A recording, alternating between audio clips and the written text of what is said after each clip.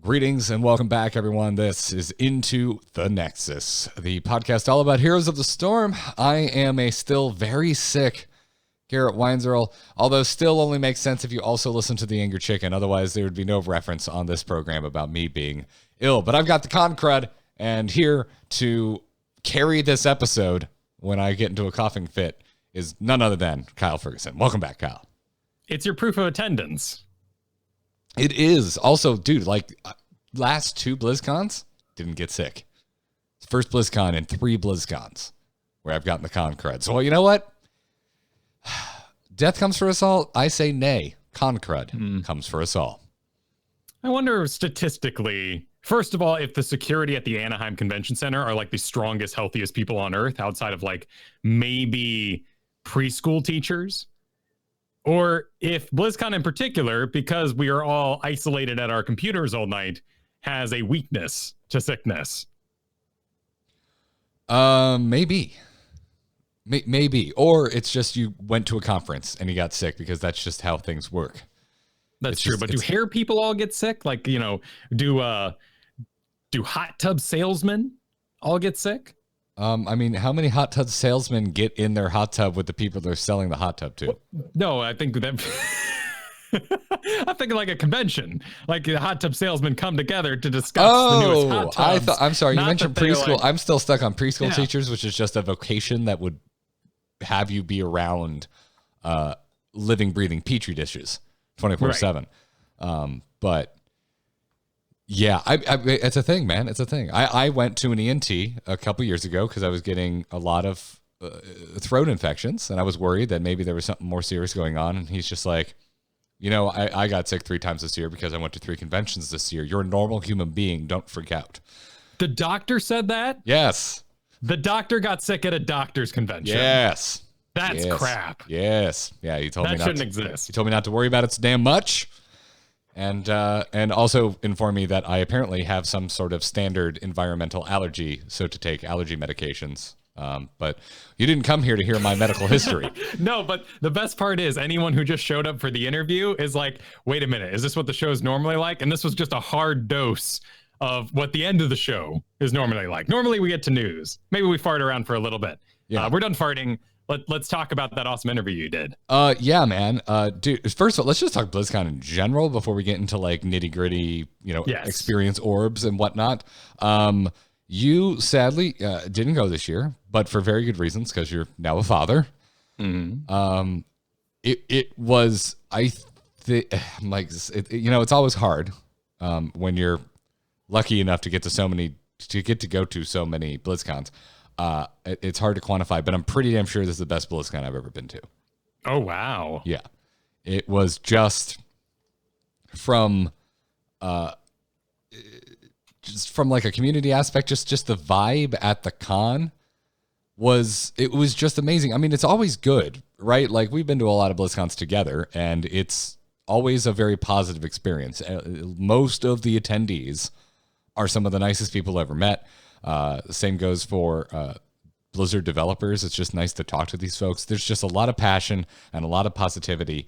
However, there's just something about this BlizzCon. I have a feeling it was almost like the pendulum swinging back after all the Hong Kong stuff. Maybe I am seeing a very specific subsect because I cover Heroes of the Storm. I don't know, but I talked to a lot of Heroes players and a lot of Heroes developers, and I was just filled with just extreme positivity. Like I like last year's BlizzCon 2018's, that's how years work. It was the first time it ever felt like work to me. I felt like I was just running around the entire time. I felt like there were no announcements, and I just left just drained. Usually BlizzCon's when I refill, when my battery goes. Usually my peak anxiety for the year, Kyle, I'm going to get real with everybody here. I get very in my own head about what I do for a living, and it reaches a peak right before BlizzCon. That's when I am questioning the point of anything I am doing the most is right before BlizzCon. And usually I go to BlizzCon, I go, oh my God, there's just so much to talk about. There's this is a deep well and an amazing community in which there was just no end in sight. And BlizzCon 2018, that didn't happen for me. This year, it was just like twofold. Like it just got banked accrued interest, and then it was just dropped on me like Goku asking for a spirit bomb. It was just insane. The Heroes players are like the warmest, most stoked and passionate game players of any of the communities I have been lucky enough to work within. And this BlizzCon was like a special level. And I think it was because of what a weird year it has been for not only Blizzard as a whole, but Heroes of the Storm specifically. Like if like we've been talking about, we were talking about with the protests and everything, is just like, well, if you're a Heroes fan, first and foremost, like we've been through some stuff. If we're still here, it's because we love the game, we love the developers making the game, and we love this community that surrounds it. And I felt very vindicated in that thought when I attended BlizzCon this year. I just met a lot of awesome people. Everyone is still stoked on this game. The team is still cranking out awesome stuff for this game, and it doesn't show any signs of stopping. If that interview was any indication, and I'm just feeling good. Sort of actually physically feeling terrible. Spiritually, I feel fantastic. Refueled in one sense. No, I could even sense that at home. At the panel, everyone introduced their question with how much they love the game and thanking the developers for it. I mean, they are making something that we've all connected with beyond any other MOBA out there. I mean, right now, League of Legends is running every single ad, blasting #1 esport in the world. And we're what? I mean, we're the Realms Royale of Fortnite's. Like we're kind of in a weird spot. And last year was nothing but promises that things were going to continue to be okay with a rather lackluster BlizzCon. And then we had the big hit with HGC and everything else that happened in 2019. So to see Heroes in the arcade, which from all accounts and from all the pictures and everything I saw of it, was a damn cool place. To having awesome lines, even seeing a little bit of shade, happily for me, thrown at the Battlegrounds line for Hearthstone. And the Heroes line was packed, people wanting Deathwing, but no one wanted to play that Hearthstone. Now, I'm enjoying that myself. I fully am aware that when I am at BlizzCon and they're like, new Hearthstone, I'm like, I'll play that home. Like, you're not what I'm here to stand in a crowd and do. Also, they announced that it would be in the game the following Tuesday. So, right. So why would you? Like, of all the things away in line for, I have an admission to make. I still haven't played Deathwing. Every time I went down, so we're lucky, and we usually get hooked up with media passes, which is essentially a press pass. We get a little media area, and we get our own little test room where they have the demos for play.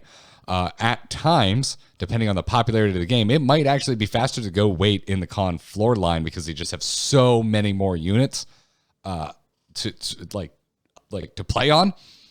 And there was only one Heroes of the Storm unit in the media room, and so someone was always playing it. And then every time I went to the Blizzard Arcade, the longest line in the Blizzard Arcade was for Deathwing. So I was very busy.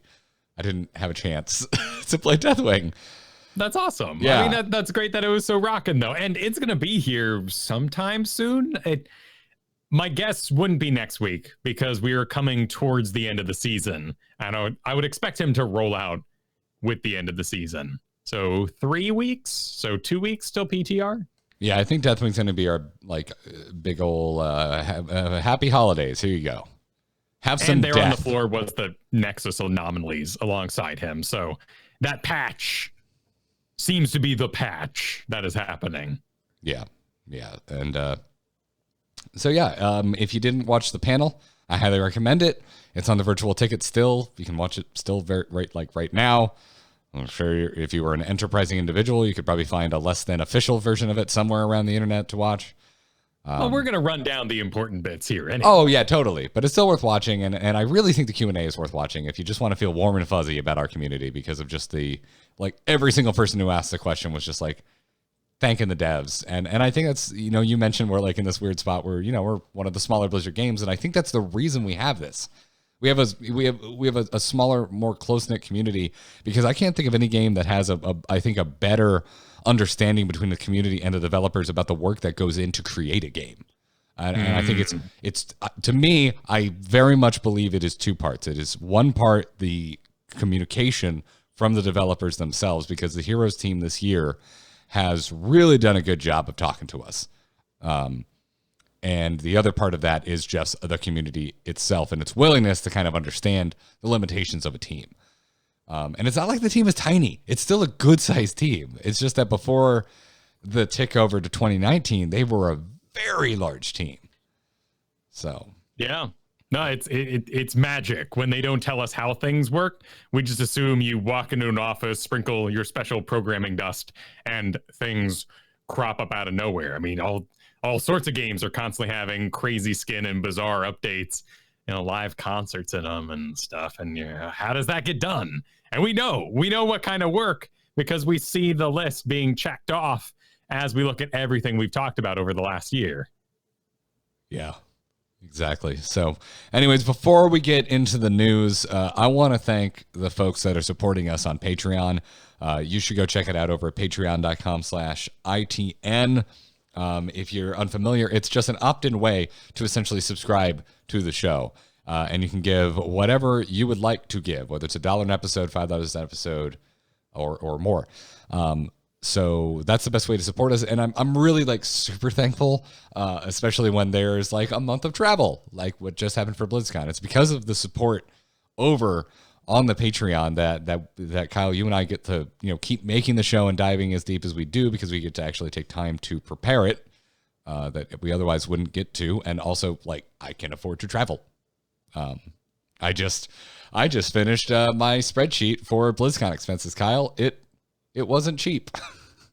I'm sure. So thank you very much to our 300 plus bosses over at patreon.com/ITN, and to some of our more recent patrons. We thank you in order. We don't thank everyone every episode, because sometimes we get 20 patrons in a week, and that would take a while. But this week we're thanking Skelly, no last name given, Kevin, no last name given. Kevin, I trust you know which Kevin you are. Eric S. and Chew Broccoli, which I love. I love this name. Made me happy. So without further ado, Kyle, we have a bit of news to talk about this week, so let's get into it. We're on, boys! Ha-ha! Let's liven up this place! Point me to the stage. Stay a while and listen. So you hinted at Nexus anomalies. This was kind of the big news from the BlizzCon panel. About half the panel was the making of Deathwing, and the other half was what's next. Well, I guess if it was thirds, it was a third making of Deathwing, third what's next, third Q&A. That's probably a better, more accurate rundown. I'm stifling a cough. I'm so sorry. You're doing great, man. Yeah. So, Nexus anomalies were announced. This is the big thing. There was some talk about mastery rings and some stuff for grandmasters and masters queuing together. That doesn't affect most of us. Mastery rings do, but they're mastery rings. Oh, we'll get there. It's a nice little addition. This is the big thing. It's a nice little addition. Deathwing looks big and very cool, and better than he looked in the casted game, because he's really big, and that's really cool. Yeah, but Nexus anomalies are essentially planned updates to the way we play Heroes of the Storm that will last roughly a season, and if it works out, they're going to stick around and become permanent.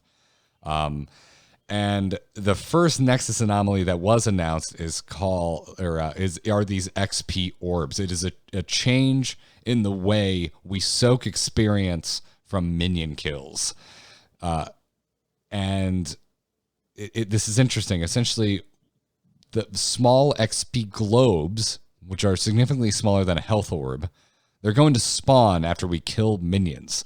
And you have to be close enough to these orbs or these globes for your character to then absorb them. Now, you if you're standing right on top of them, there's basically no change. They're going to suck up into your hero almost instantly, pretty much the same way XP does now. But if you're further away, you're going to see them hanging out there in lane like an XP, like a regen orb. and you're going to have to get closer to it. And as you get closer to it, almost like a magnetism, you're going to see them start to drag across the battlefield and towards your hero. So first off, before we get into exceptions and kind of nitty gritty, Kyle, what is your like top view down? What's your overall reaction to this? So on the base, it is a recolored Deathwing Dark Soulstone mechanic. These are little points of light that'll fly into your character and will hopefully cause that visual exchange we wanted with the game for so long. XP and learning that it is your currency is one of the biggest hurdles in understanding why one team is ahead of another.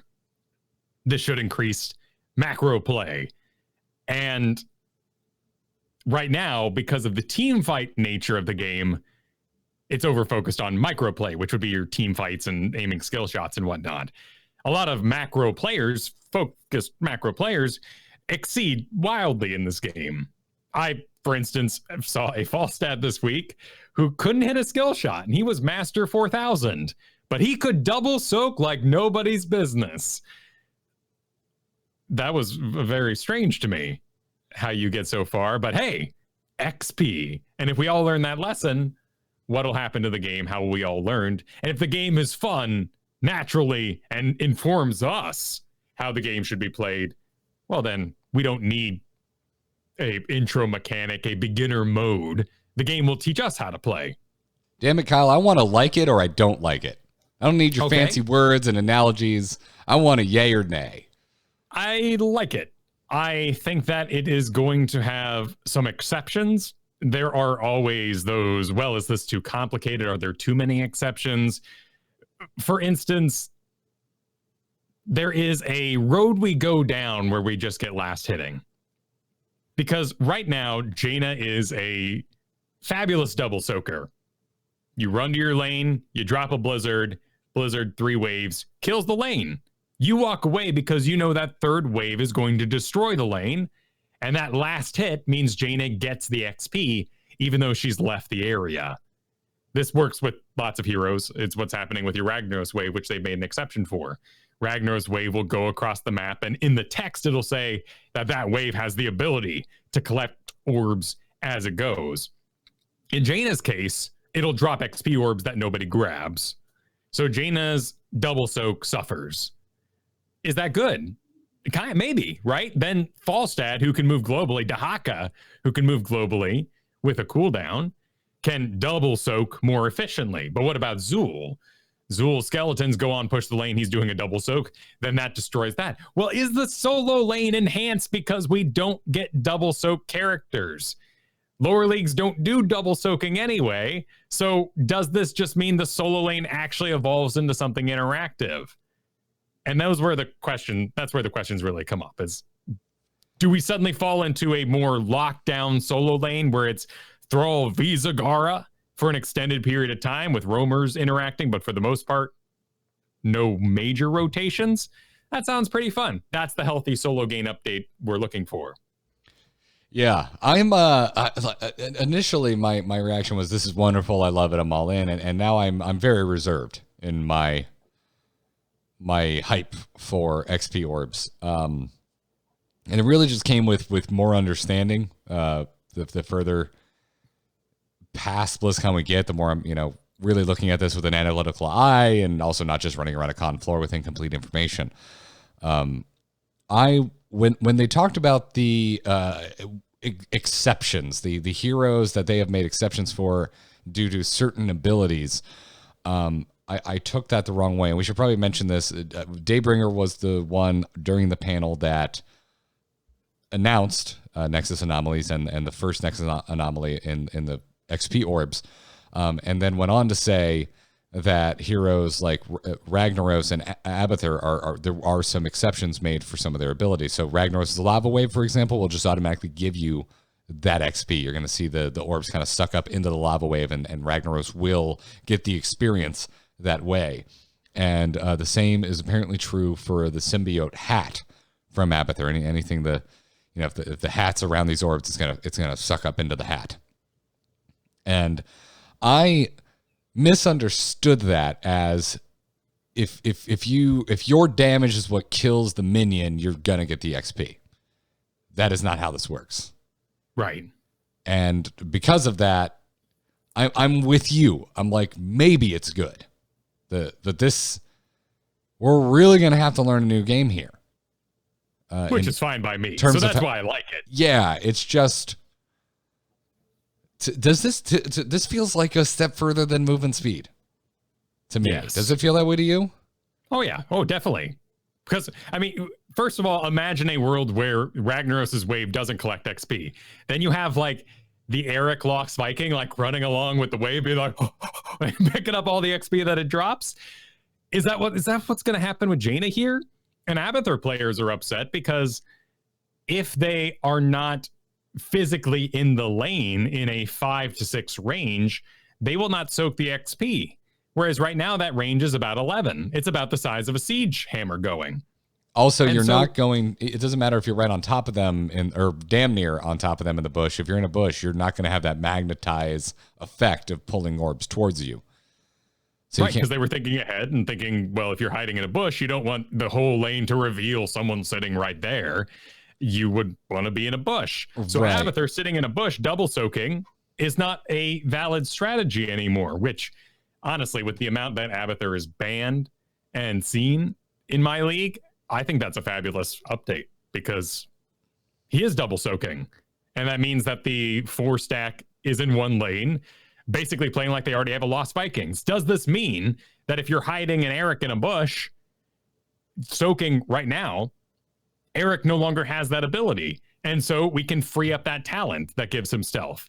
We can completely redesign the Lost Vikings to be something teamfight oriented or somehow 3 hero oriented outside of the fact that they get together and make a longboat from time to time. If you even choose that, which you don't right now, they are soak machines.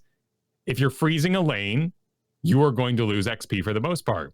What about Hammer? Hammer is going to make XP globes outside of her pickup range.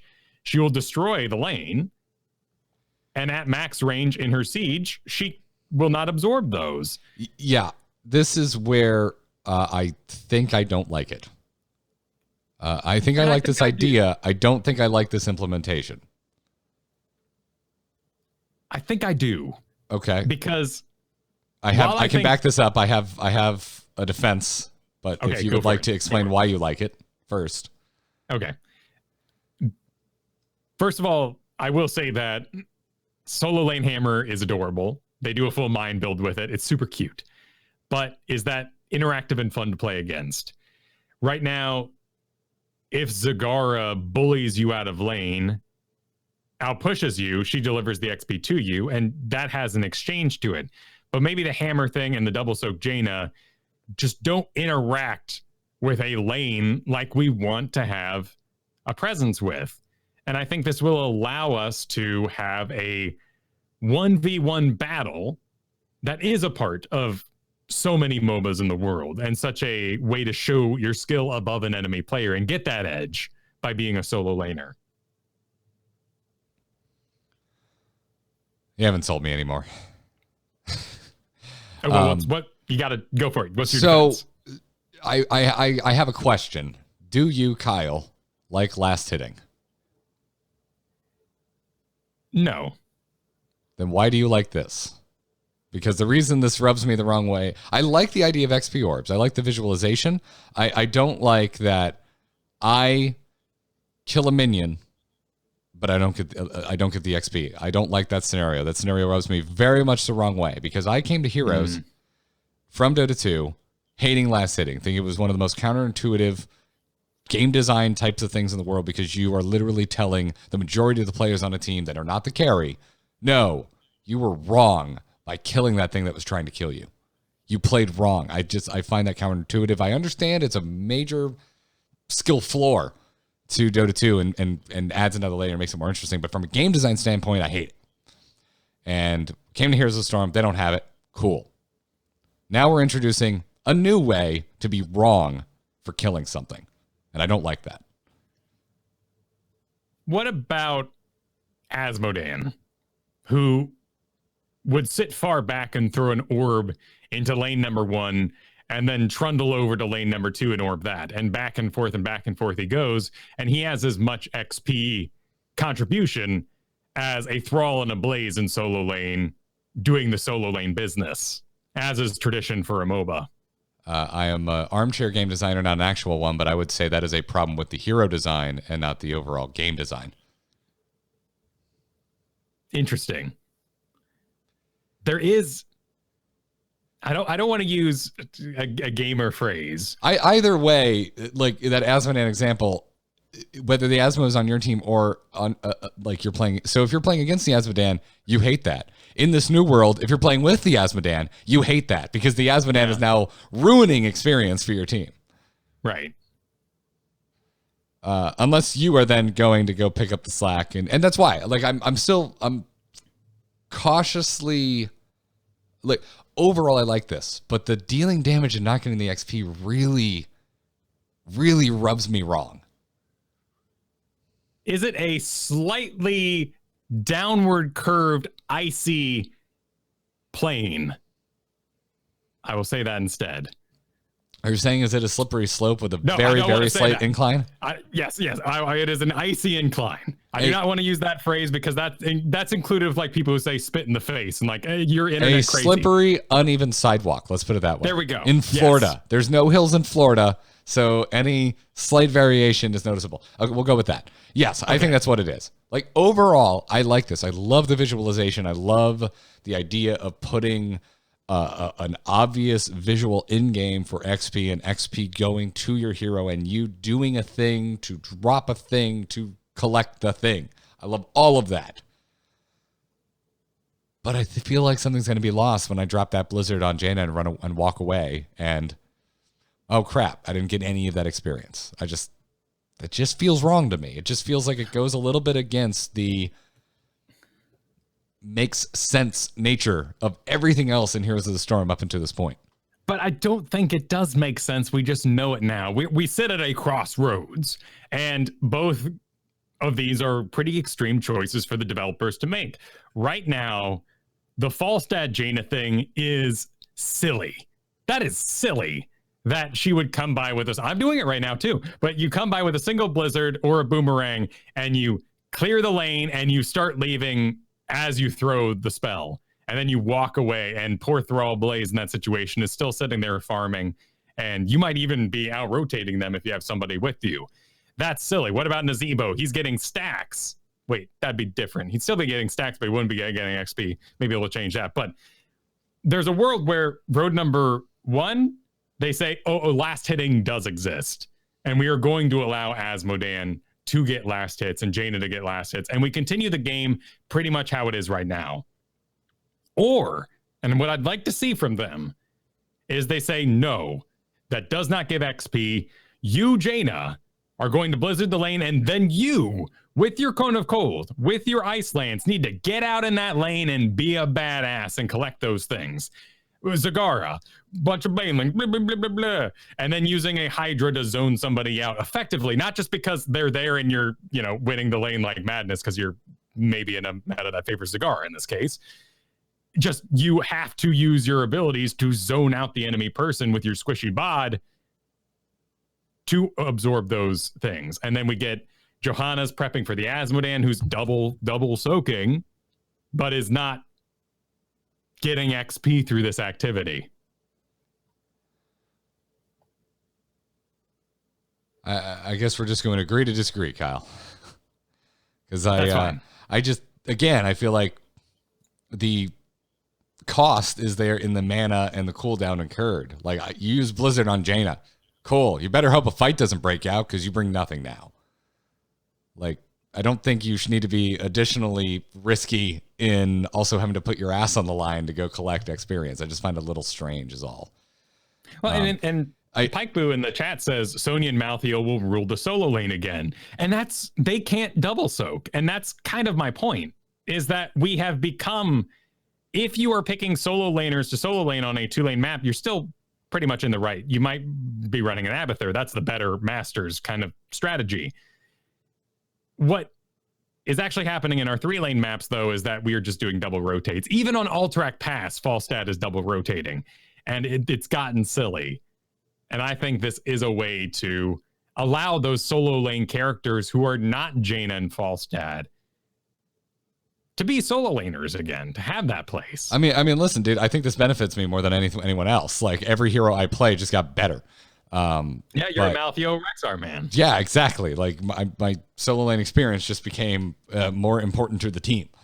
But I don't know. This something about this goes against something core that I love about this game. I feel. Obviously, you don't share that feeling, and it's an opinion, not a fact. But yeah. No, you're not wrong about the last hitting thing, and that's why I agree that if we go down the Jaina clears road, we basically created a last hit world, and I would rather have the extreme alternative of road number 1.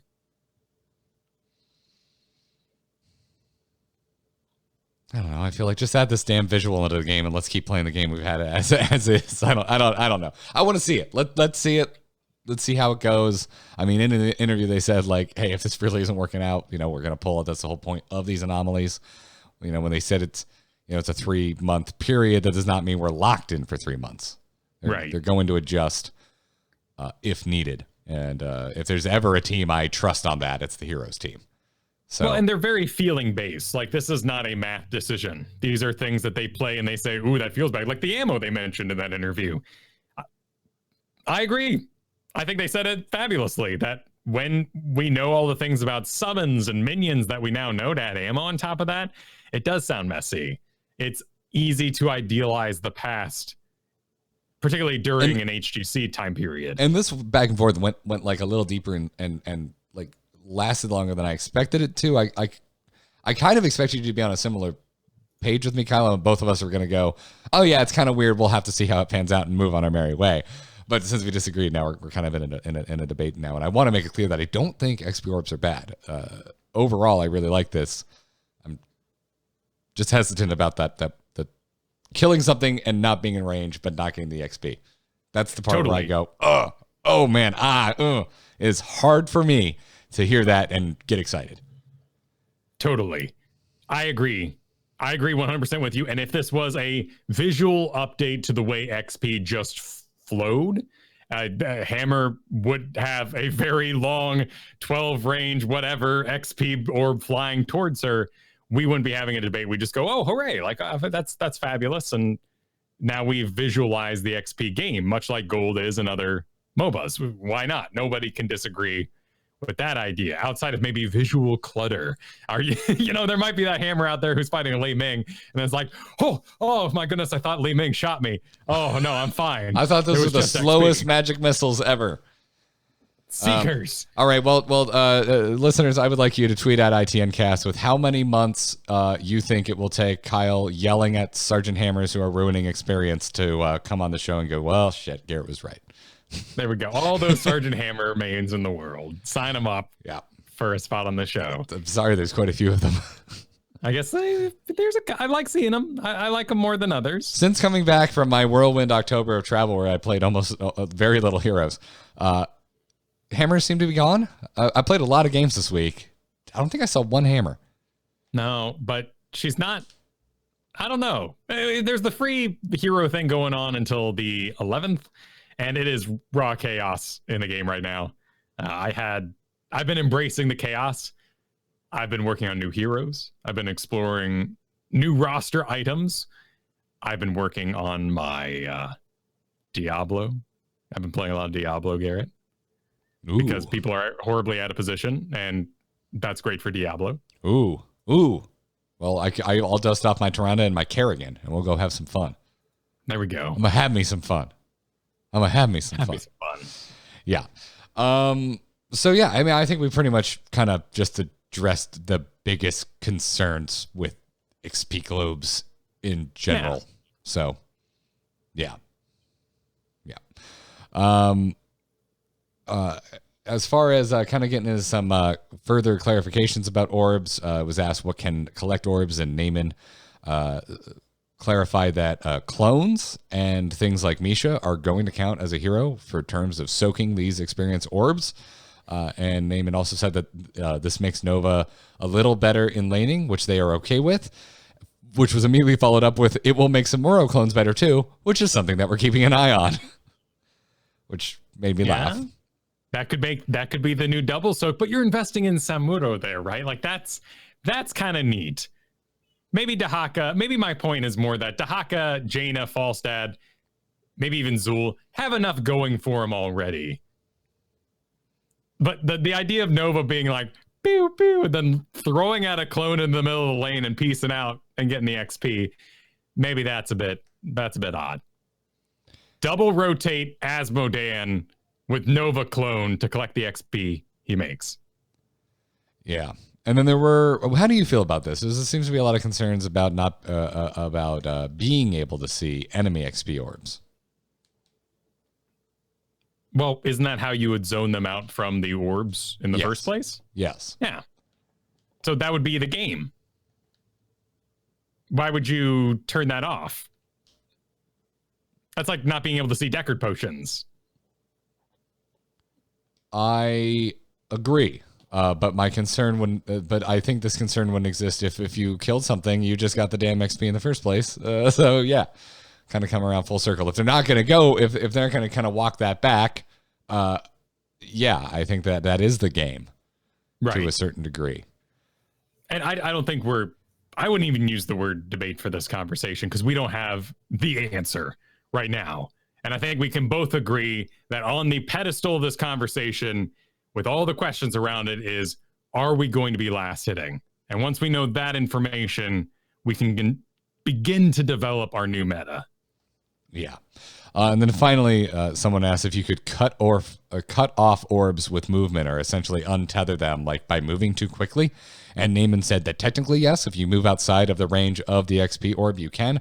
But realistically, the only way you're going to outpace an XP orb is with teleports. So don't teleport away from an XP orb. So maybe wormholes, Zeratul grabbing them might not work out. Now I have a question. Will they follow you through a Medivh portal? Probably not. Right? You're probably going to outpace them if you take the Medivh portal with it before the orb gets in there. Yeah, and that's where we start going, wait, hang on now. So does Jaina do the clear and then Medivh shows up for half a second to grab the XP before he flies off to the next lane to help out the Falstad and the other lane? Way too cute. Yeah, that's just strange. Maybe you should just run a Sonya or a Malthael kind of thing. Why am I rallying against something that I'm pretty sure is going to make Sonya hardcore meta again? It's a big change, and change is scary. And it's how you've learned to play the game and get your advantage in the way you have. So look at your roster, man. Rexar, Malthael, Sonya, like this is just cake. What I want listeners to take away is, like, I want us all to have an open mind about this. Like, I would like to make my concerns known, but I also just want to see what the hell the game looks like with this in place. And I feel I'm failing to get that message across. So there it is. There's that message. No, you're doing great. You are the person who is most benefiting from this transaction, yet you're arguing against it. That's commendable. I'd vote for you. Thanks, Kyle. Thank you so much. Yeah, we already mentioned all heroes are free until November 11th. There you go. I'm pretty sure all the new players are playing Hanzo. That's been my experience this week. And also, it was asked, this was in the Q&A on the panel, if Deathwing was going to be buffed by things like the Cavalry on Alterac Pass, and the answer is yes. Deathwing is basically a vehicle as far as the game is concerned. So events can affect him. So, oh boy, Deathwing and Alterac, that's going to be scary. Yeah, that sounds really cool. Big 3-lane map, flying around, landing anywhere you want. Cavalry given sight, so it works perfect with you. That's awesome. Yeah. And then we got a little hint at a rework on the panel. It was a little thing. Daybringer just kind of slipped this in there. That on the heroes panel, if you missed it, that Tassadar is going full ranged mage. in his rework. This, by the way, my feeling from the audience, considering everyone was applauding and cheering, went over pretty well. We could use some more mages. Yeah, why not? Why not? Yeah. I mean, I kind of feel that that's how he should have always been anyway. I agree. He went weird. He did go weird. And so, anyways, that's the news. Really nothing new with Deathwing. That was BlizzCon. It was the making of Deathwing, which I highly recommend watching because this was fascinating, and Nexus anomalies. Those are like the big things from BlizzCon. Obviously, some changes to Grandmaster's queuing. You and I even asked the question about like why is unranked missing from the screenshot at BlizzCon. And listen, I've been in enough interviews. I feel I have a pretty good sense of when a question is being dodged. I think that reaction was legit when Daybringer and Kyle Dates were both like, we have no idea why unranked wasn't in that screenshot. So yeah. And I mean, if not, there's some whispers that I've heard that we're getting all sorts of weird merging happening, and there's going to be like quick match blind pick and stuff, but it's all just hearsay. I'd be interested in a quick match blind pick. I don't like ARAM because I don't like just one lane. But like if you just threw me into a game as like dealer's choice hero and I go play a normal game of Heroes of the Storm on a normal battleground with normal objectives, yeah, I would dust that off. I would hit that button every once in a while. Or even if it just showed up and it was like, you are healer, and then you select from what you own in the healer department. Decent too. Yeah. So anyways, let's move into this week's strategy discussion. Let's go into strategy for just a second because looks like Keenabrew has just DM'd us the turnaround of Brightwing's Deathwing skin, and oh my god, this is incredible. This is so good. I was already sold. All right, like Kyle, what have I been asking for? Yeah. What have I been asking for forever? Well, the Mutalisk, but well, yes, well that and this, the Mutalisk and the Brightwing. Oh, it's so good. Look at the jaw. Oh, so dude, so this is so bad for audio, but audio folks, just like go over to youtube.com/JMoveTV and just scroll ahead to like 45 odd minutes into the VOD and you'll see this image. It's so good. I love the Deathwing underbite, and I particularly like it here on Brightwing because, dude, our little puppy, our third dog, Wicket, has the most massive underbite in the world, and that's what this reminds me of. It's adorable. Yeah. It's so cute. That's fabulous. Anyway, we were about to do a strategy Yeah, section. we were. Thanks for sending that over, Brew. We appreciate it. We're just going to hit that bumper again into this week's strategy. Choose a talent. Choose a talent. Talent? Ah, that seems generous. Don't reveal our plans to our foes. I mean it. Not a word. So there's a new tier list on the block. Zane Hyde's got a tier list up over on Heroes Hearth. I believe it went up at like the end of August, but we still haven't talked about it. Yes, he's been adding to this thing. It is just made it onto the Reddit, and it is featuring your tier 1. Well, he said tier 1. Zane Hyde, you were a pro player. This is supposed to be tier S, but we'll let it go this time. His tier S characters for the current meta, and they are most agreeable. This is for diamond and above, but you should be aware of what's going down at the moment in all leagues as this begins to trickle throughout the game system, and it'll eventually reach you. Yep. Abathur. Yep. Totally makes sense. Even down in Platinum, we banned the Abathur. Alarak, considering how much he has kind of dominated, I would say one like offhand comments by Kyle in regards to powerful heroes in the draft over the past month or two. It's a powerful main. You are going to be silenced and moved to the enemy. It's dangerous. It's worth banning. Yeah. Garrosh has fallen off for me in my range, but do you still fear the Garrosh, Kyle?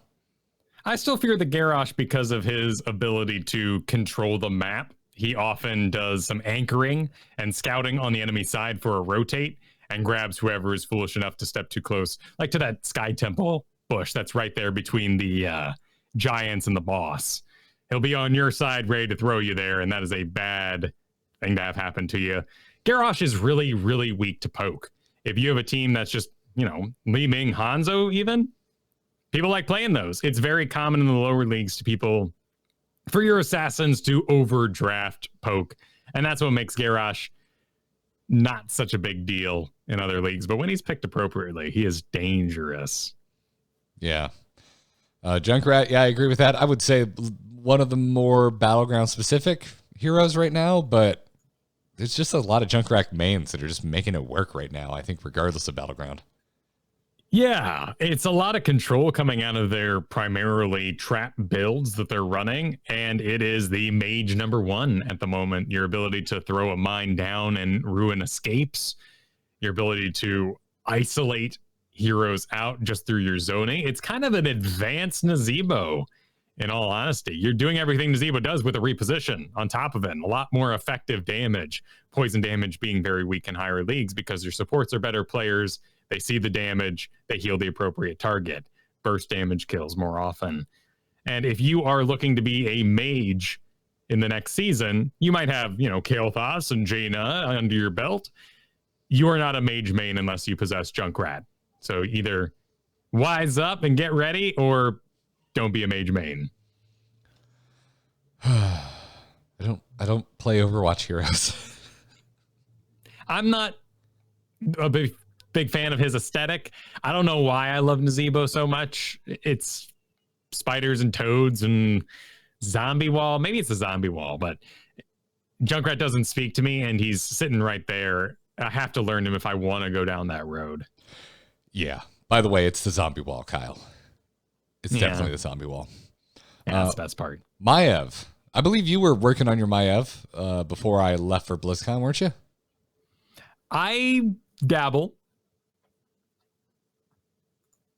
I don't land on it because her power spikes are so weak in the late game. She's kind of like Varian. You'll have this really awesome early mid game, and then your late talents are just kind of okay. And that's how she's designed. You don't want Maiev to hit 10 with Warden's Cage and then continue that upward acceleration and power until she's an absolute beast. You want her to, get some early picks, give you that edge, like Garrosh in that way, and then win the game rather swiftly after that. But Maiev is a force. She is very easy to combo with, and when you run a good amount of CC, like we are now favoring Johanna's Blessed Shield level 20 for the longer stun, that works alongside Maiev because she wants to hit multiple people. Our Hanzos are running the arrow, not Dragon Strike, because we want people to group up for the big damage. So Maev's playing very well into that. Yeah. Followed by Mal'Ganis, the other M, the one I know you like. Yeah, have you stuck with Mal'Ganis? We had some insane games before I left for BlizzCon. I have here in Zane Hyde's list, he's making a note that Mal'Ganis is a very safe early pick. So if you have to do a tank that is adjustable, Mal'Ganis might be a great way to go. Whereas Johanna is a tank that is unadjustable. You really, really hope you back up Johanna with enough damage that her strange powers of CC, lack thereof till 10, wins you the game. And maybe the team will draft things you can blind that'll be effective. Otherwise, blind will be a scouting tool. Mal'Ganis has it all. For me, he's very weak to Auriels. He's very weak to Diablo Overpower. Very, very quick stuns will ruin his ults. And that is a huge amount of his survivability. So I currently draft him quite late. Gotcha. So it's a little problematic if you're going by the tier list because this is the banned tier. Medivh is up here, which, yeah, since this is like strictly a Storm League list, I agree with this. And it's talking about the upper echelons because, when I play with my Masters buddies, like, Medivh, Master Medivh's players, man. I have nightmares about it. It's more of a problem because of Abathur. You get an Abathur on the enemy side. Medivh's a great way to deal with it. and the Abathur player usually finds a way to get rid of the Zeratul. Medivh, you're not going to ban him because you're not really sure if anyone on the enemy side can play him at all. It's kind of like banning Whitemane. I hate fighting a great Whitemane. Every time I get to the secondary draft and I'm looking, the enemy team has no support picked out, I'm like, man, I want to ban Whitemane. But I just don't know if someone actually plays her over there. And so you leave it open, and sometimes it goes disastrous. Yeah. Yeah, that's it. Like, you're absolutely right. Are you gonna risk a ban on Medivh because they may not have a player?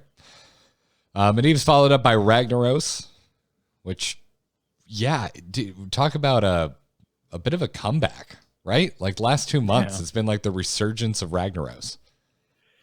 Yeah, he is solid. And that's kind of his boring factor, is he's really, really good at rather unimpressive things, but altogether the kit makes a very impressive impact on the battlefield. Lava Wave, the building conquer, it's a great way to delay a map and make sure if you have a power spike that you will succeed alongside it. So the problem is he doesn't work alongside Nazeebo, which is really where he struggles in the early or the mid leagues, is because oftentimes you have a lot of Nazeebo players in the mid leagues. Ragnaros is going to ruin Nazeebo's time, and you wouldn't want to put Ragnaros and Amayev together. You would ruin your natural flow of when your power spike is. Yeah. Again, this list is tailored towards the upper echelon. And then bringing up the rear is Sylvanas and Zeratul. Sylvanas, I absolutely agree with. She is the half Vala, half Tychus, just a machine. If you have a weak back line, she's going to get back there and destroy everybody. If you have a strong front line, she can be the giant killer from level 1. Just a force of a character. And if you are a ranged assassin, you're like, no thanks, I'm good with Hanzo. Like, much like our Junkrat discussion, for next season, be ready to take on the Sylvanas. That's the way things are going. Yeah, I mean, I think she's been meta for a while now, but I think like right now is like the peak. I think we're hitting peak Sylvanas. Like maybe a nerf is coming. Like, it reminds me of Tychus's heyday from what, like 4 years ago? Oh, I remember. Yeah. I was there. Yeah, it was strong. And yeah, and then Zeratul, I'm still afraid of Zeratul's. Although right now, man, you and we just keep going up against god tier Valeeras. Like, what the hell? I am the most afraid of Valeeras right now. Now, granted, it's happened to us, 3 times in like the last month and a half, but those 3 times were rough. I think if you have a level 15 Valeera, you get a special email from Blizzard that says there is an ongoing promotion right now you should play. Because every time the game fills up with new players, there are tons of Valeeras. And I know for a fact that like the majority of people who come from League of Legends are playing Kira. Like, they are so stoked on things that are wildly different from anything they'll touch in their own game. But Valeeras just want to kill. They want to ruin other people's good day. And I applaud them. They don't have the closing power of the Zeratul, though. Zeratul is a way safer pick. Most of them are running Might of the Nerazim right now because at level 20, they're going to go healing from their spell damage, and that makes them a full-blown melee assassin, as you would picture the Butcher, maybe Alarak, but something more along the lines of a melee assassin who takes care of themselves, Butchers. And it's impressive. I'd say if I have my eyes on one character to learn during this chaos, I really, really think that Zeratul would be the best way to expand my mind. I have a very methodical play style. I never think to myself, let me just go into the back line and kill everybody. Huh. I'm surprised you don't play more Sylvanas because of how much Tychus you played. You know, her and Phoenix are 2 that I really desperately want to learn. The biggest hurdle is the front line in quick match. Yeah, no, I gotcha. Phoenix is a weird one for me because he's a hero I played a lot of when he initially came out, and I just don't really like him. I don't know why. There's a clunkiness to him. I think it's the clunk. Yeah, there's just something clunky about being Phoenix that is not my jam. But Sylvanas, yeah, any excuse to play Sylvanas. I love that hero. Well, picture Zagara and the the Roach Barrage spawns no roaches. That'd be about the most disappointing ability on Earth. Right now, we're like, oh, we'll just drop it on the archers. Hey, roaches, woo! I feel great. I did something. That's how I feel about Ragnaros' meatball. Like, even though I've seen it kill many times, people run with it. You could cast it correctly. Half the time I cast on a stationary target and it sort of rolls off them. Oh, well, that kind of sucked. Yeah, it feels bad when your high skill capability is foiled by players that don't move. And that's how I feel about Phoenix. Is I put out my laser, my plasma cutter, and I go, woo, woo. But if I said it wrong, it's just chasing them. They're inside of it now because they're all said, wait a minute, that's not going to touch me in melee. And he runs into you. And my disappointment just goes, oh. Yeah, that's a very specific, I think, skill set to play Phoenix well. That doesn't really translate to many other heroes, if any. So yeah, Phoenix is not in my garage. Let's put it that way. But I think you're right about Sylvanas. My biggest delete character right now is Diablo, and that's where I suffered the most. I am a methodical, positional player, and I win through breaking positions and stunning effectively and making sure allies are in range and whatnot. I really do need to take the time to learn how to kill some fools. You're a control player, I guess. If this was a card game, you prefer control, and I guess I prefer red decks. Yeah. I'm not. So that's actually not a bad analogy. Granted, Magic people won't follow, but or non-Magic people. There are many ways to. There are many ways to get to Masters. One of them is your green deck, and you do nothing but summon additional lands so you can play your biggest stuff. That's what that Falstad who can't hit any skill shots in Masters was doing. There is the red deck, I'm just going to kill fools and vault forward no matter what happens, and my support will surely make me win, and that is your Master, Vala, and Varian Colossal Smash. And then there's probably what I do, which is probably more of like a blue bullshit sort of thing where like it's like, ooh, return it to your hand. Oh, counter spell. Oh, flyers, look out. So what's a solo laner? What color deck in Magic is a solo laner? Well, what do we have left? We got black. So is that solo lane? What do you delete one dude and yeah, you spend your whole team. Yeah, it is. It's solo lane. You spend your entire mana deleting one dude. And then you hope that won you the game. What's left? We got red, we got green, we got blue. Well, we did red and black. Yeah, we got it all. There's multicolor. Blue is just the heroes that don't make a lot of sense. They just don't play by the same rules as everyone else. So that's a Medivh. That's a Zarya. I'm basically listing off shield heroes. You basically get to break the rules of the game.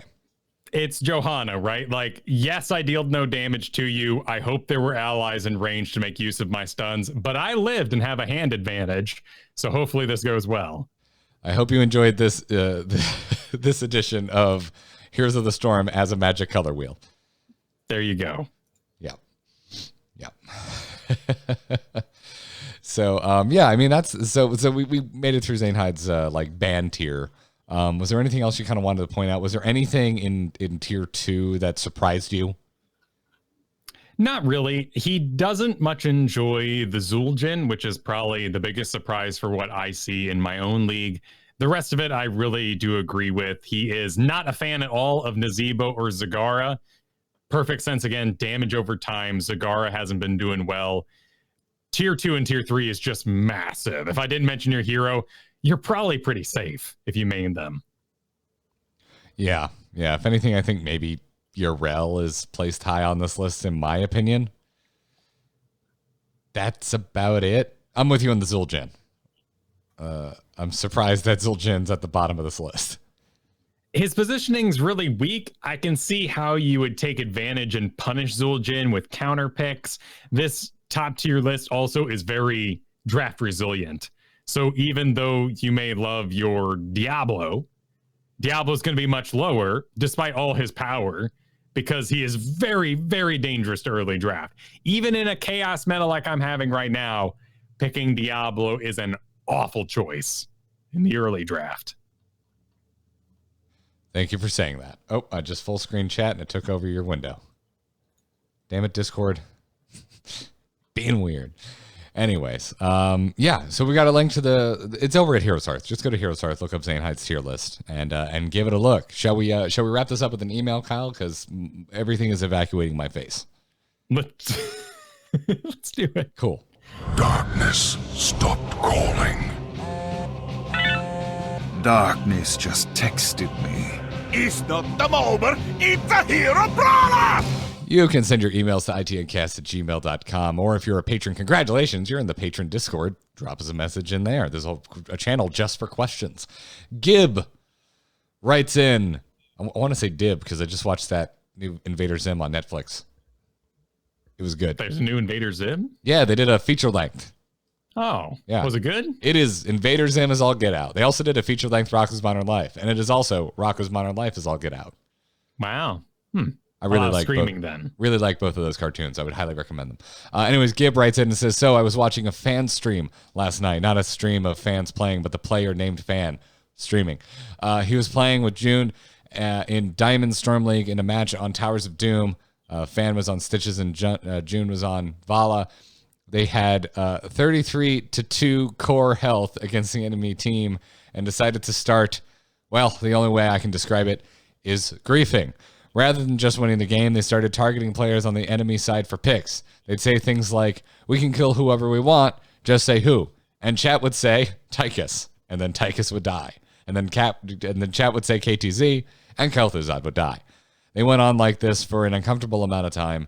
They even got to the point where Fan would walk into the enemy team's force field and then try to hook June into it to kill him. They made a game of it, in between indiscriminately deleting the enemy team at will. Eventually, the chat turned on them, and the log filled up with uncool and bad form guys and just ended already. They capped the last objective and went on to the next match. Neither of them acknowledged their behavior or the fact that their specifically fans' followers had turned on them. They just went on to the next match and whatever. I'm not exactly sure how I feel about it. Help me out here, guys. On one hand, two of the best players ever to play the game were bullying amateur players who probably didn't even know what hit them. On the other hand, it was a ranked match in a competitive game, and if you don't want your opponent to push you around, well, stop them. Was this trolly-ass Smurfy-ass trolling, or was this excellent players playing excellently? I think it was excellent players doing some Smurfy-ass trolling. I think both can be true. Dude, I am so of two minds about this because, like, if I was on the receiving end of this, I'd be pretty miffed. Right. But man, if you like do it like once every 3 months, you just have a game where we've all done it. We have all done this. Most of us have done this. Maybe not Kyle because he's like a paragon of virtue. But I have definitely had games where I just kind of reveled in the fact that I could do whatever the hell I wanted. Do I do it every game? No. Do I do it more than 4 times a year? Definitely not. But every now and then, yeah, I'm guilty of this. Well, I mean, and what this makes me think about is you play Super Smash Bros. You put the AI around like 3, you grab the bat and you hold it up and you charge it until that AI walks right into it and you just wing them right off the map. And it feels damn good. And you know it was an AI, so you're not hurting anybody in that case. I can go a little grandpa here and say, well, back in my day, uphill both ways, we prayed for a good match when we logged into Warcraft 3 Dota. Was it uphill both ways on a slippery slope? No, nor was I spat in the face by any developer. But that was tough. And you would fight people who were extremely, and this was before like, you know, even thought bots. So you had no way to really know about games or builds or anything like that. You just got owned by someone who played more than you. And that's the way it went. There is tons of conversation happening about Smurfs right now over on the Reddit, what can be done about that epidemic, if you will. If you have the absolute skills beyond reasoning to destroy your opponents, why would you not use them? On the flip side, they should have been gentlemen and ended it faster. So there is always going to be that dichotomy here of what should have been done. I think we all want to be ridiculously powerful and we all want to win the lottery, right? So we don't want smurfing to be turned off. We don't want the inability for you to fight people who are lesser skilled than you, because that's how you climb, after all. That's how you get placed poorly and suddenly rocket up and have a great season. Yeah. I just, I don't know. I just think when you play as many games as streamers play, you get space madness once in a while. Like, I don't know. I'm not going to hold it against them. I guess like if this becomes like the go-to, this is all they do on their stream. Yeah, that's a problem. But I would imagine it would become a Reddit concern at that point if it was an every game thing. It certainly sounds like it was a one-off, yeah, don't do this, but I don't think it's like the end of being the fan of fan. No, I do not hold this against him, and I think he was right to quietly move on if he saw his chat go against him, and hopefully cut it out for the night and was a cool sport, because I know he's a good sport from when I've watched him, and I've learned a lot watching him too. Like the whole bronze to GM challenge is wrong in a sense, but it does show so many players who say they can't climb what you can do. The stuff he does with Samuro, for instance, is inspiring, and I've learned how to do proper camp timings from Fam. Anytime the meta changes and I don't know when to do merc camps, he teaches me. He is such a macro-minded player, or at the very least can cast what he's doing in the macro. In the micro, he's just owning fools and you're not really sure what you're watching. He's just pressing the buttons correctly. It's a great skill to learn from him. And it does allow him to dunk on these lesser players. I do think that there perhaps needs to be an expansion the other way. We talked a long time ago about how bronze might need an iron league. It might be time for something above diamond, because technically, when I fought McIntyre this past week, he was diamond to my gold in terms of just rank. And the very top number one grandmaster has 11,000 points. That's a lot of games. And if we're talking MMR, the difference between me and McIntyre, or even that top, Grandmaster guy, so diamond to top Grandmaster, is the same MMR difference from me to bronze. And that's crazy. So do we need to solve a different problem, that the top league doesn't have a functional system enough to an ecosystem that they can get games in? Maybe that's the cause of all these streams. I mean, they're trying to fix it, right? Yeah. I mean, that's part of what was covered at BlizzCon. And with the duo queue thing. It's got to be hard, because there's only so many of us that are that good. Exactly. And in a Fortnite or solo play system, go for it. You are as king as you can be, and that's why those games facilitate such stardom. And also in the Dota or League of Legends system, where your levels are based more on your personal performance, you can move. We have a system. We're not without options. If you are smurfing and winning a lot, the system will accelerate. You will get those 500 points a win. Dota, however, can say that because of personal performance, because it's so impactful, because it's so high, their current system just super rockets you upward faster than heroes can do it, because that's the information the game is receiving. Yeah. I mean, it's clearly been a challenge. It's been a challenge for the lifetime of the ladder, essentially. Yeah. And it's easy to make Smurfs. That is true too. We've done it. It's been a while, but it's kind of fun. So it was that we got Rainer bikes. We needed Rainer bikes, so we got Smurfs for that, because I really, really wanted my vulture, and the game maybe encouraged me in that way. Is that wrong?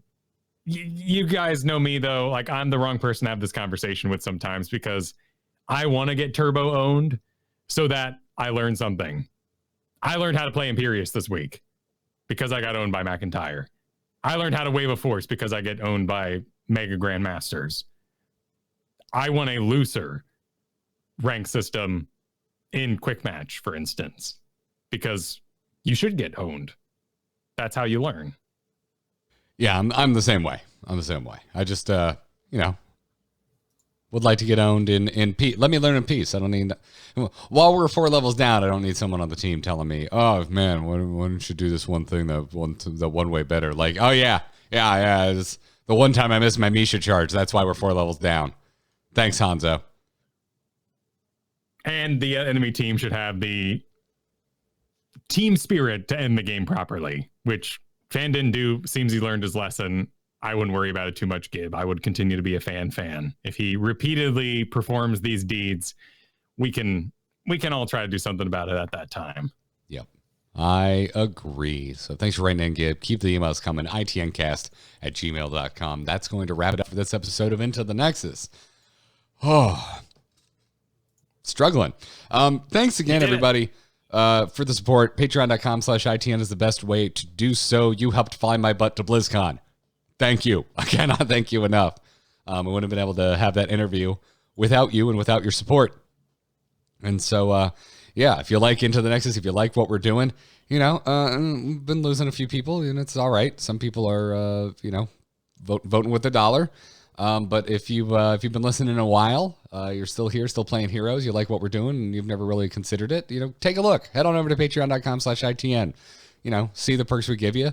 And if nothing else, chuck a buck our way. Join the Discord. It's a good community, I promise. So also huge thanks to our patron producers, Declan H., Cheesy Bob, Chris K., and Robert M. We really appreciate it. We're typically live Thursdays at 3 p.m. Eastern. We did a little late today. And I kind of liked opening with games. Maybe we'll do that. We'll see. We'll see how we feel. I enjoyed it. We'll see how we feel. Most of you download this show. It's only it's the diehards that tune in and watch, and you're all still here. So we'll be flexible. If we can fit it in, cool. If we can't, just come on over to the stream, 3 p.m. Eastern on Thursdays, see what we're doing. The show is on Twitter, by the way, which is a great place to get updates for when we are going live or if there is a schedule change. So give us a follow at ITNcast. But before we go, Kyle, you do things that are not Into the Nexus. Where can everyone find you? You can find everything I do over at KyleFergusson.com. The streams are at twitch.tv/KyleFergusson. I'm not going to bother telling you a schedule at the moment because kids get patched every day. But there is always a stream on Tuesdays and Wednesdays where I play Heroes of the Storm. You should check it out. VODs go up on YouTube of those games. And over at KyleFergusson.com, you can find Kyle Explains. This week's topic was Lilith from Diablo, as well as the lore and the mythology and where that all came from. And then DM gives inspiration to teach you how to be a dungeon master in D&D 5th edition. Next week is a mailbag episode. So head on over to Kyle Fergusson if you have questions about how to become a dungeon master. Nice, man. Solo lore podcast of where it's at.